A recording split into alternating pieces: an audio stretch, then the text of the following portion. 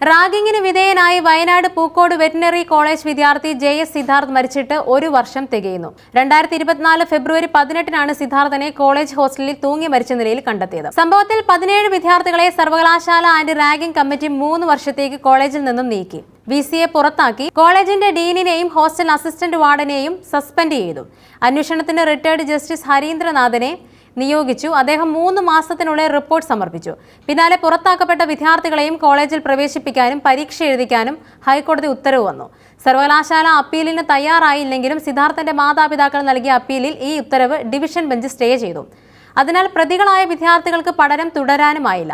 മകൻ നഷ്ടപ്പെട്ട മാതാപിതാക്കൾ ഇപ്പോഴും കോടതി കയറി ഇറങ്ങുകയാണ്. 100ഓളം വിദ്യാർത്ഥികളുടെ മുന്നിൽ വിവസ്തനാക്കി ക്രൂരമായി സിദ്ധാർത്ഥിനെ മർദ്ദിച്ചെന്നാണ് വിവരം. വെള്ളം പോലും കുടിക്കാൻ നൽകാതെ 3 ദിവസം പീഡിപ്പിച്ച ശേഷം ദേഹമാസകലം 19 ഗുരുതര മുറിവുകൾ ഉണ്ടെന്നാണ് പോസ്റ്റ്മോർട്ടം റിപ്പോർട്ട്.